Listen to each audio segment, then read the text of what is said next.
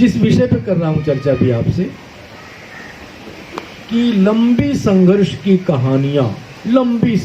कहानियां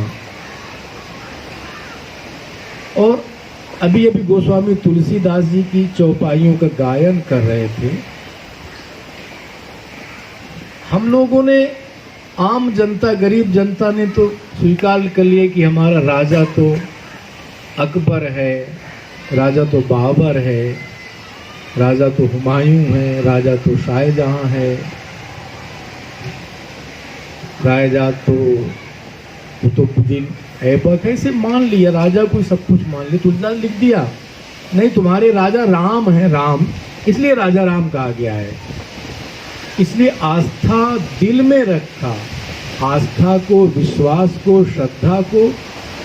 इसलिए जरा इतिहास जब पढ़ते हैं रोंगटे कांप जाते हैं। कुछ नहीं बचा था हमारे पास, लेकिन राम की भक्ति बची थी। और अभी पिछले मुझे कई बार मॉरिशस जाने का अवसर मिला है। मॉरिशस के गांव, अपने पूर्वांचल, ये बनारस, आजमगढ़, बिहार, छपरा, बलिया, आरा के आसपास के मजदूर के रूप में लोग गए थे। संविदा पर, एग्रीमेंट पर कि तुमको नौकरी देंगे, सब जगह देंगे, लेकिन कंपनी के लोग ले गए और उन मजदूरों को बेच दिया। उनके साथ क्या क्या हुआ बड़ी लंबी कहानी है।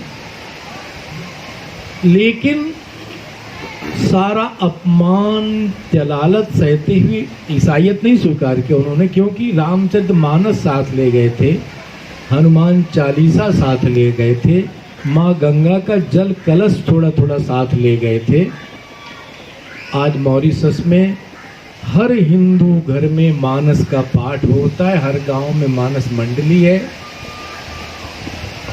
वहाँ का जो एक झील है, झील में गंगा जल डाल दिया, उसको गंगा तालाब बना दिया, शिव मंदिर की स्थापना कर दी। वो तो कहते हैं 12 ज्योतिर्लिंग भारत में, 13वां हमारे पास है। जैसे कांवड़ यात्रा यहाँ निकलती है, उसी प्रकार से हर घर से कांवड़िया निकलता है। हर गांव में शिव मंदिर, हर घर में हनुमान मंदिर, छोटी सी अपनी पताका, भगवा, ओम, ये हर घर में मिल जाएगा। अर्थात इन संस्कारों के दम पर सनातन धर्म, हिंदू धर्म फिर से खड़ा हो गया वहाँ पर। आज राष्ट्रपति, प्रधानमंत्री, पूरी सरकार भारत की होती है। भोजपुरी भाषा वहाँ पर द्वितीय राजभाषा, राष्ट्रभाषा करके वो मान्यता प्राप्त है। अर्थात लाखों करोड़ों साल में हमने राम को नहीं भूले, मरे, कटे, गले। अभी राजा भैया ने एक हमको सूचना भी भेजी है कि अयोध्या के पास के कुछ गांव सूर्यवंशियों के संघर्ष में लोग मारे गए। उन लोगों ने पगड़ी बांधना बंद कर, जब राम मंदिर बनेगा तब पगड़ी बांधेंगे 500 साल बाद। आज संकल्प है कि हम फिर से पगड़ी बांधेंगे। कितनी आस्था, कितनी निष्ठा। एक अभी माता जी का किसी का मैं पढ़ रहा था, किसी सन 90 से उन्होंने अनाज छोड़ दिया था कि जब राम मंदिर बनेगा तब मैं अन्न ग्रहण करूंगी। आज अन्न ग्रहण, ऐसी कितनी आस्था। इन बातों को हल्के से लेते हैं लोग इन संकल्पों को। ये संकल्प ही काम आते हैं। तुम देश की आज़ादी पे आ रहा था यह विषय। आज़ादी कहानी किताब में पढ़ी है आपने, सही गलत। कुछ हो सकता है पुराने क्रांतिकारी स्वतंत्रता संग्राम सेनानी कुछ जिंदा होंगे। हम लोगों के ताऊजी, 2 ताऊजी थे इस विषय पे। अब कोई है नहीं धरती पर। हो सकता है सन 84 के आसपास आंदोलन ये शुरू होता है। उस पर किसी और दिन मैं बोलूँगा 84 से कैसे प्रारंभ होता है, इंदिरा जी की हत्या के बाद कैसे ब्रेक हुआ, कैसे बात करेंगे। तो लेकिन सन 47 के तक जो आंदोलन का क्रांतिकारी इतिहास पढ़ा है, देखा है, सुना है, झंडारोहण के दिन थोड़ा सुन लेते हैं। इसी प्रकार से ये भी जो राम जन्मभूमि मुक्ति आंदोलन था, जो इस आंदोलन के बारे में आप पढ़ाया भी नहीं गया है ना। और मुझे लगता है आदरणीय ब्रजेन जी, विश्वास जी, ऐसे 3-4 लोग छोड़ करके, प्रशांत जी, इसके अलावा शायद इस आंदोलन के बाद ही तो पैदा हुए होंगे सब लोग। 90 के बाद कौन पैदा हुआ, हाथ उठाओ। हाँ, 90 के बाद। हाँ ठीक है, आपका पैदा हुआ, आप बताओ। खड़े हो, खड़े हो, खड़े खड़े हाँ, खड़े हो। 90 के बाद 95 नहीं होता क्या? हाथ उठाना है सबको। सन 90 के बाद कौन पैदा, हाथ उठाओ पूरा। ठीक है, ज्यादातर लोग वास्तव में और कुछ पैदा हुए जो माने छोटे रहे होंगे, पता नहीं। लेकिन संयोग से संजय जी जो आपके संयोजक हैं, भले ही आयु कम रही होगी 11th हाई स्कूल इंटरमीडिएट के आसपास, क्योंकि चैतन्य होने के नाते, जागृत आत्मा के नाते, जागृत आत्मा के नाते, दायित्व बोध के नाते, राष्ट्र बोध के नाते, उस उम्र में भी पूर्ण सक्रियता। इमरजेंसी की बात में कक्षा 5 हम 6-7 पढ़ते थे, वो बात बता दें कि घटना कहानी सुना दें कैसे कैसे काम करते थे हम लोग। उस आयु में भी, उस संघर्ष काल में कैसे काम किया है, 5-7 मिनट में उस विषय को रखेंगे आपके सामने संजय जी। ऐसा भैया ने अभी चर्चा की, हमारा देश जो है लगभग 1000 वर्षों तक गुलाम रहा है, और ये हमारे सनातन धर्म की विशेषता है कि हमने अपने आप को बचाकर यहाँ तक ले आए हैं। और आज पूरे विश्व में एक हिंदू धर्म या सनातन धर्म एक गौरव के रूप में लोग उसका समर्थन भी करते हैं और उसको स्वीकार भी करते हैं। हम लोगों का सौभाग्य है, और कई बार क्या है कि हम लोग देश की आज़ादी के बाद हम लोगों का जन्म हुआ, सौभाग्य भी कहेंगे। और कई बार हम लोगों को लगता था, व्यक्तिगत खासकर मुझे लगता था, आप लोगों की बात तो मैं नहीं जानता हूँ, लेकिन कई बार मुझे लगता था कि मेरा दुर्भाग्य है कि मेरा आज़ादी के बाद जन्म हुआ है। जब हम भगत सिंह की कहानियाँ पढ़ते थे, चंद्रशेखर आज़ाद की कहानियाँ पढ़ते थे, मंगल पांडे को पढ़ते थे, तो एक शरीर के रोएं खड़े हो जाते थे और लगता था कि हमें भी अपने जीवन में कुछ करना चाहिए। और उम्र भी कम थी, लेकिन सामाजिक एक जिम्मेदारी के नाते से, सामाजिक दायित्व के नाते से लगता था कि समाज के लिए कुछ करना चाहिए। लेकिन ये अवसर चूँकि देश आज़ाद हो गया है, देश को बनाने के लिए, देश को जुटाने के लिए और देश के साथ खड़े होने का समय है, तो उस दिशा में काम किया जाए। इस नाते से राष्ट्रीय स्वयंसेवक संघ के हम लोग करीब आए और बहुत बचपन में ही आ गए थे, और उस बचपन के नाते से, विचार के नाते से और समझ के नाते से हम लोगों को लगता था कि शायद इस देश को आगे बढ़ाने में हमारी कोई भूमिका हो सकती है। उन्हीं समय उसी दौरान राम जन्मभूमि आंदोलन तेजी से आगे बढ़ा। विश्व हिंदू परिषद ने उसका नेतृत्व किया और 1990 का वो समय था और संघर्ष का काल था। मुलायम सिंह यादव जी उस समय मुख्यमंत्री के रूप में थे और जब एक तरह से संघर्ष का समय होता है तो ऊर्जा नए सिरे से आगे बढ़ती है, नए ऊर्जा और द्रुत गति से उस ऊर्जा का प्रवाह होता है। तो हम लोगों की छोटी टीम थी लेकिन बहुत अच्छी टीम थी। हम लोगों ने मिल के काम किया और लोगों को जागृत करने के लिए हम लोगों ने प्रयास किया और हम उस प्रयास में सफल भी रहे। लगभग 250 गाँव में हमने अपने प्रयास के अनुसार 7-8 लोगों की टीम बनाई और पुलिस हम लोगों के पीछे थी। उसके बावजूद भी हम लोग 8-10 लोग साइकिल से निकले और 250 गाँव की यात्रा की। उन गाँव में जाकर लोगों को जागृत किया। उन लोगों के एक गांव में 2-2, 3-3, 4-4 ऐसे सभाएं करते थे और उन सभाओं के उपरांत लोगों को वहाँ के प्रधान से मिलना, वहाँ के लोगों से मिलना और लोगों के को मिलकर अयोध्या के साथ उसको कैसे जोड़ा जा सके और राम मंदिर आंदोलन के साथ लोगों को के साथ कैसे जोड़ा जा सके, इस प्रयास में हम लोग लगे रहते थे। और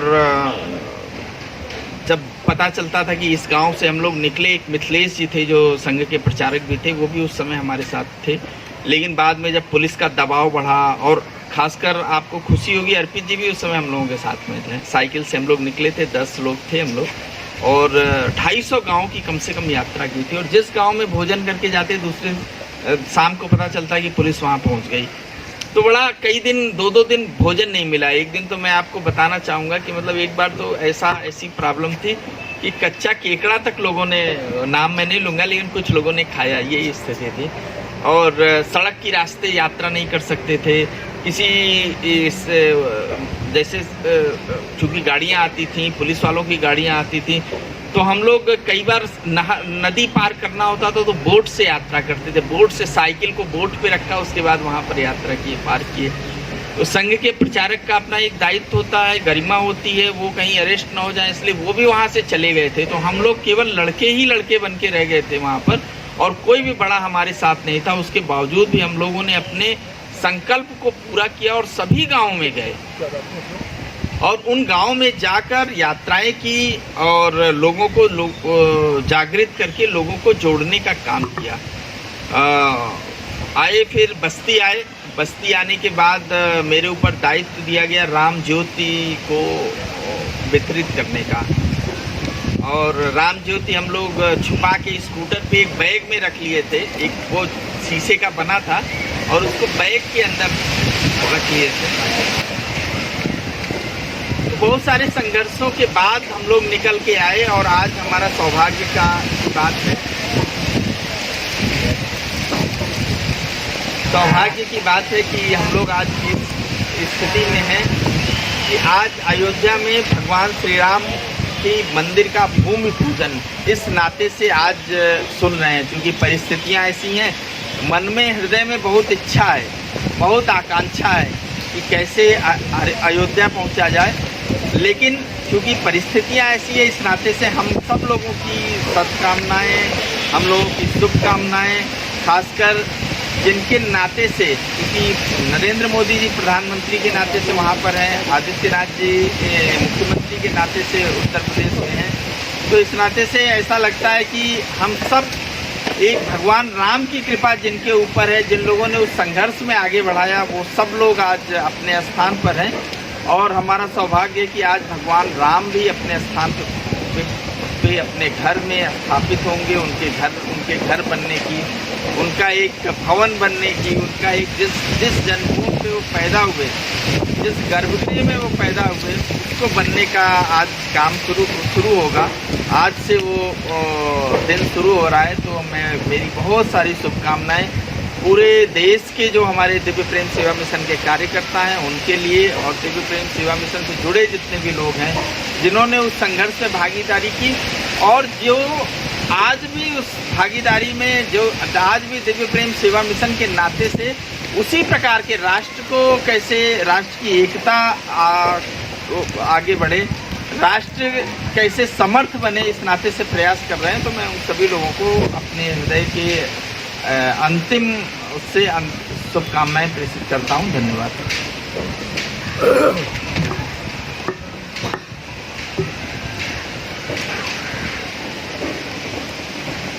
आज अभी हनुमान चालीसा भय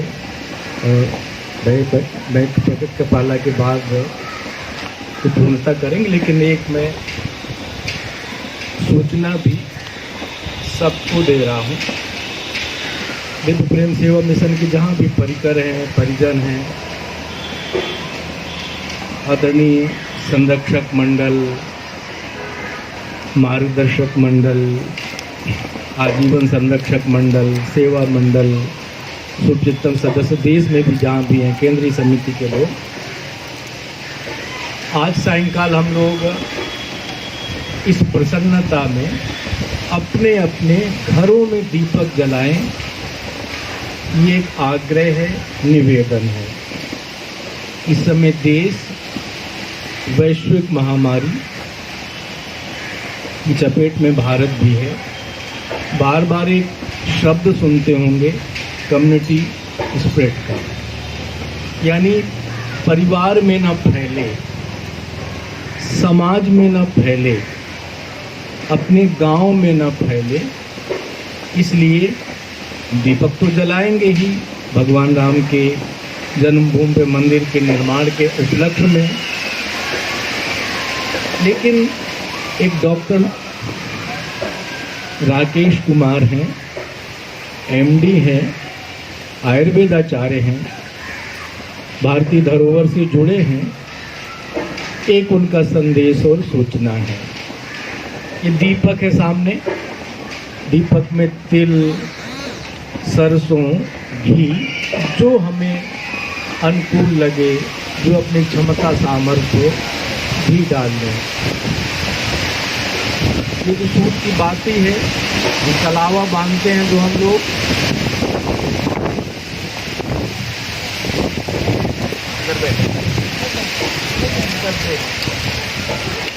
कलावा बांधते हैं जो,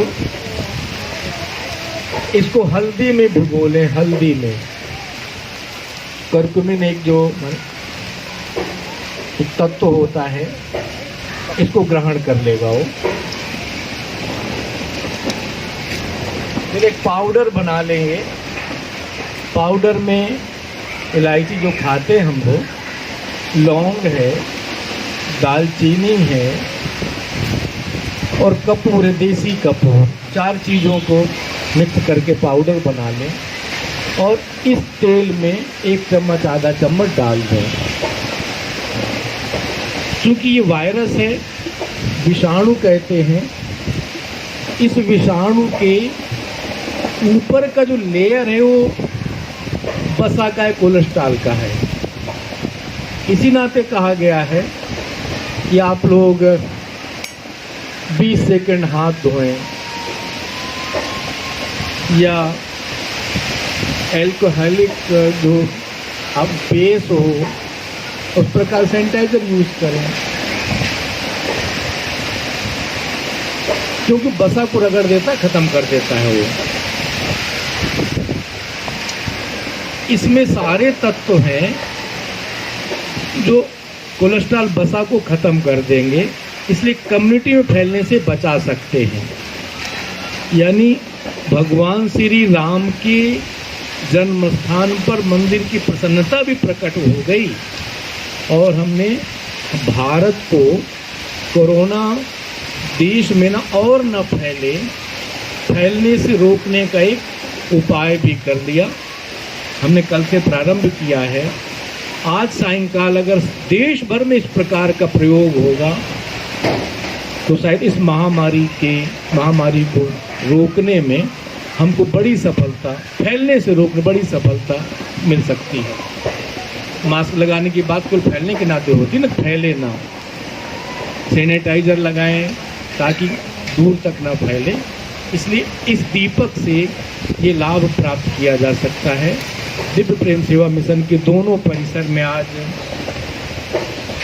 वंदे मातरम कुंज में तो अखंड मानस पाठ का प्रारंभ हुआ है, सुबह से कल तक चलेगा। इस परिसर में सभी कार्यकर्ताओं ने खुशी खुशी मानस कुछ विशेष चौपाइयों का पाठ किया है। पूरे देश के सभी कार्यकर्ताओं को राम जन्म स्थान पर मंदिर निर्माण के भूमि पूजन की हार्दिक शुभकामना देता हुआ अपनी बात पूरा करता हूँ। बहुत बहुत धन्यवाद। आज के इस अवसर पे मैं दिव्य प्रेम सेवा मिशन के संयोजक के नाते पूरे दिव्य प्रेम सेवा मिशन के जितने भी प्रतिनिधि हैं सभी के नाते से मैं लगभग 1 लाख रुपए की एक राशि राम जन्मभूमि ट्रस्ट के ओर समर्पित करता हूँ।